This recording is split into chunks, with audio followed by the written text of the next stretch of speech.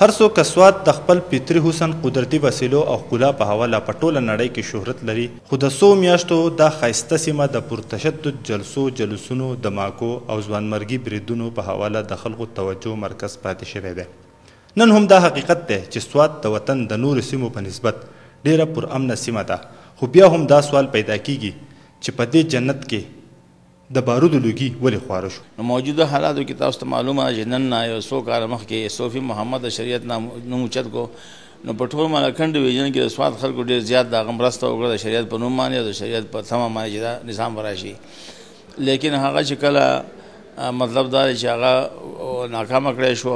د هغې نه وروسته بیا چې کوم دی د هغه زوم مولانا فضل الله صاحب دلته کې د اف ام په ذریعه باندې خلکو ته د قرآن د درس په حوالې باندې یو کار شروع کو. لیکن هغې روان دی داسې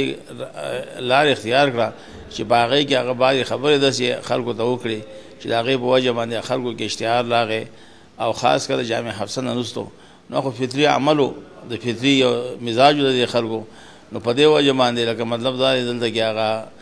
د هغې رد عمل په طور باندې کې غالبا داسې کې معلومیږي چې دا کومې دماکې شوي دي او بدامني راغلې ده. د سوات په موجوده حالاتو کې که پام وکړی شي نو د شدت پسندو سره زیاتره د کلو خلک مرسته کوي. په منګوره کې چې خلک په خپل روزګار کې مصروفه دي او د تعلیم او شعور شرحه لږه ښه ده، نو هغوی د داسې قسمه معاملو نه ځان لرې ساتي. نو که په ملک کې بې انصافي ختم شي او ولس د هغوی جایز حقونه ورکړی شي، نو یقینا چې د ټول ملک مجموعي حالات به ښه شي. د سوات قدرتي وسیلې دومره دي چې که په صحیح توګه ترې پیدا واخیستی شي نو د ټولې صوبې د غربت مسله حل کیدی شي. د دې ځای غرونه د قیمتي کاڼو ډک دي، د سوات په سیند بندونه تړلی کیدی شي چې بجلي ترې پیدا شي. د دې ځای د سیاحت صنعت حکومت لپاره په کروڑونو روپۍ ګټلی شي، خو د ترهګرۍ واقعاتو دغه منزل ته په رسېدو کې لوی دیوال جوړ شوی دی. د دې وجې نه سوات ته د هغوی راتګ بند شو چې د هغې د وجې نه دلته په زرګونو خلک بېروزګاره شو، او هوټل انډسټرۍ ته خصوصا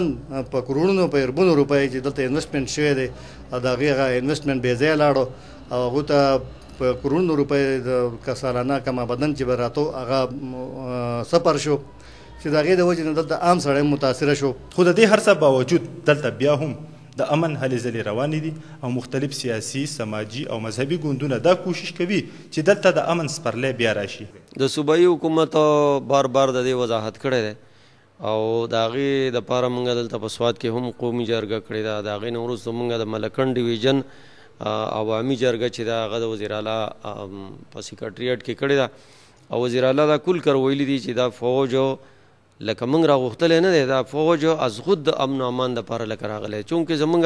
طاقت دومره نه و چې لکه موږ دلته امن و امان بحال کړو، زموږ سره پولیس کم دي. روایت دا دی چې پښتنو ټول عمر خپلې مسلې په جرګه مرکه حل کړي دي. پوځي عملیات مسلې حل کوي نه بلکې نورې پیچیده کوي. د ټولو ډلو ذمهواري ده چې په شریکه کینی او د سوات د امنیت مسله په خبرو اترو حل کړي. نیاز احمد خان، AVT خیبر، سوات.